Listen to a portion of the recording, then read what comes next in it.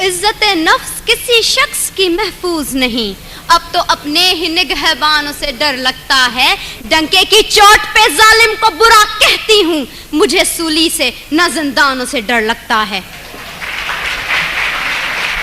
جناب اعلیٰ،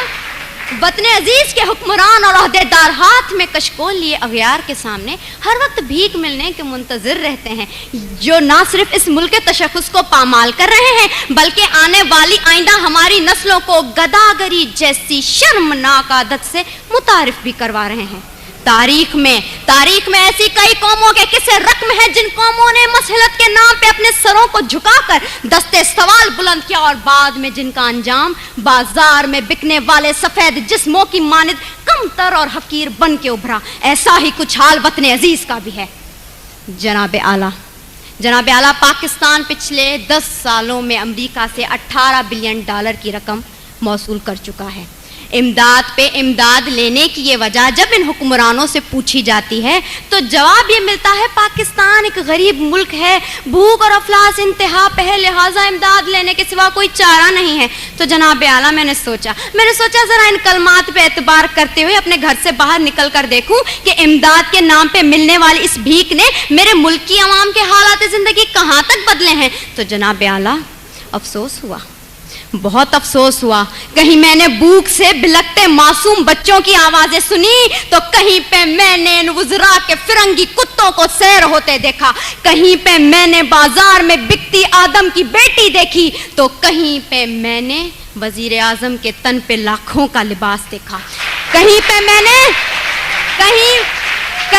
میں نے اولاد برائے فروخت کے نعرے سنے تو کہیں پہ ان وزیر اعظم اور حکمرانوں کے آگے پیچھے جاتی 10 مرسڈیز کو دیکھا، کہیں پہ میں نے عافیہ صدیقی کی ماں کو اس کے انتظار میں تل مرتے دیکھا تو کہیں پہ میں نے اس ملک کے حکمرانوں کو امریکہ کی خوشامد میں دن رات ایک کرتے دیکھا۔ میں کیا بتاؤں میں نے کیا کیا دیکھا، ڈرون حملوں میں مرنے والوں کی لاشوں کو دیکھا، کئی عورتوں کے اجڑتے سہاگوں کو دیکھا، کئی نوجوانوں کو ہاتھ میں ڈگریاں لیے بے روزگاری کے عوض پارلیمنٹ ہاؤس کے سامنے آگ میں جھلستے دیکھا، کئی میں نے بزرگوں کو پارلیمنٹ ہاؤس کے سامنے پینشن نہ ملنے کی خاطر ہلاک ہوتے دیکھا۔ جناب اعلیٰ، میں نے اس ملک کے ہر شہر ہر کوچے میں کربلا کا میدان دیکھا تو بے اختیار میری زبان پہ یہ الفاظ آ گئے، اصول بیچ کے مسند خریدنے والوں، نگاہ اہل وفا میں بہت حقیر ہو تم، وطن کا پاس تمہیں تھا نہ ہو سکے گا کبھی کہ اپنی حرص کے بندے ہو، بے ضمیر ہو تم۔ جناب اعلیٰ،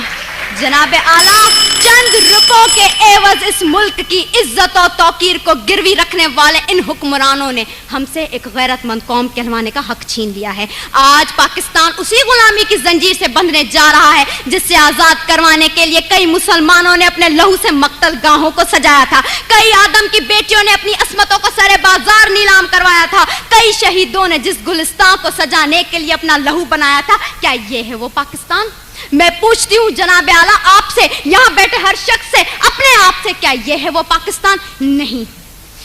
دوسروں کے ٹکڑوں پہ پلنے والا یہ پاکستان قائد اعظم کا پاکستان نہیں ہے۔ میں سلام کرتی